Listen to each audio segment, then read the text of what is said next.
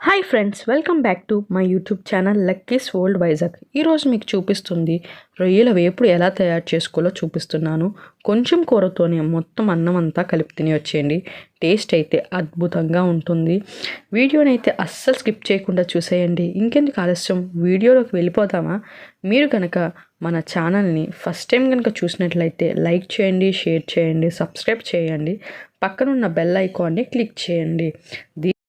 ముందుగా రొయ్యల్ని ఉప్పుతో క్లీన్ చేసుకొని పసుపు వేసి ఆయించుకోవాలండి. ఆయించుకోవడం అంటే నీళ్ళు ఇంకే వరకు పసుపు వేసి పొయ్యి మీద పెట్టుకోవడమేనండి. మనకి పావు కేజీ రొయ్యలకి పావు కేజీ ఉల్లిపాయలు పడతాయి. ఒక 3 పచ్చిమిరపకాయలు చిన్నవి కింద అయితే కట్ చేసుకున్నాను. ఒక కడాయి పెట్టుకొని తగినంత ఆయిల్ వేసుకోవాలండి. నాన్ వెజ్ కాబట్టి ఆయిల్ ఎక్కువ పడుతుంది. ఆయిల్ బాగా హీట్ అయిన తర్వాత ఆల్రెడీ మనం కట్ చేసి పెట్టుకున్న ఉల్లిపాయల్ని వేసుకోవాలండి. చిన్న ముక్కల కింద కట్ చేసుకోవాలి ఉల్లిపాయల్ని. 1 నిమిషం ఫ్రై చేసుకొని దాంట్లోనే ఒక 3 పచ్చిమిరపకాయలు చిన్నవి కింద కట్ చేసి అవి కూడా వేసేసుకోవాలండి. మనకి ఉల్లిపాయ అన్నది కొద్దిగా ఎగిరిన తర్వాత మనం ఆయించి పెట్టుకున్న రొయ్యలను కూడా వేసేసుకోవాలి.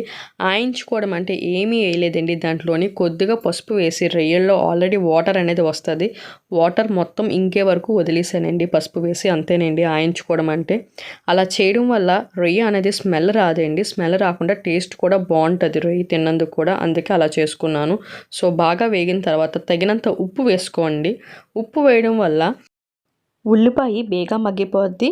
రొయ్యకు కూడా ఉప్పు అన్నది బాగా పడుతుందండి. దాంట్లోనే 3 టేబుల్ స్పూన్స్ ఆఫ్ కారం వేసుకుంటున్నాను. ఇది ఇంట్లో ఆడించుకున్న కారం అండి, అందుకే 3 టేబుల్ స్పూన్స్ సరిపోతాయి. మీకు కారం ఎక్కువ తింటే ఇంకొక హాఫ్ స్పూన్ అయితే వేసుకోవచ్చండి. మీకు ఎంత కారం సరిపోతే అంత కారం వేసుకోండి. ఒకసారి అయితే మొత్తం కారం కలిసే వరకు బాగా కలిపేసుకుంటున్నాను. ఒక 2 మినిట్స్ బాగా ఫ్రై అయిన తర్వాత మనం ఇంట్లో ఆడించుకున్న గరం మసాలా పేస్ట్ అయితే వేసుకుంటున్నానండి. నేను హాఫ్ స్పూన్లు 3 టేబుల్ స్పూన్స్ అయితే వేసుకున్నాను. ఈ గరం మసాలా పేస్ట్ వీడియో అనేది మన ఛానల్లో అయితే అప్లోడ్ చేసేసానండి ఆల్రెడీ. నేను ఎవరికైనా గరం మసాలా పేస్ట్ ఎలా తయారు చేసుకోవాలో అనేసి కావలిస్తే మన వీడియోని ఓపెన్ చేస్తే, లింక్ ఓపెన్ చేస్తే ఓపెన్ అవుతుందండి. మన ఛానల్లో అయితే గరం మసాలా పేస్ట్ వీడియో అయితే ఉంటుంది. ఇది ఏ కర్రీస్లో కానీ బిర్యానీస్లో కానీ వేస్తే టేస్ట్ అయితే అద్భుతంగా ఉంటుందండి. సో గరం మసాలా పేస్ట్ వేసేసాను కదా, దీంట్లో కొద్దిగా అడుగు అంటుతుందండి. మనం దగ్గరుండి ఒక 5 మినిట్స్ అయితే బాగా ఫ్రై చేసుకున్నామంటే ఉల్లిపాయ బాగా మగ్గి కలర్ చేంజ్ అయ్యి మంచి స్మెల్ అయితే వస్తుందండి.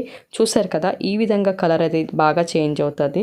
సో దీంట్లో కొద్దిగా కొత్తిమీర వేసేసుకుంటే ఒక 5 మినిట్స్ అయితే బాగా ఫ్రై చేస్తే రొయ్యల ఫ్రై అన్నది రెడీ అయిపోతుంది. నేను మొన్న పండక్కి అమ్మ వాళ్ళ ఇంట్లో లాట్ మీద అయితే రొయ్యల ఫ్రై చేశానండి. టేస్ట్ అయితే చాలా బాగా వచ్చింది.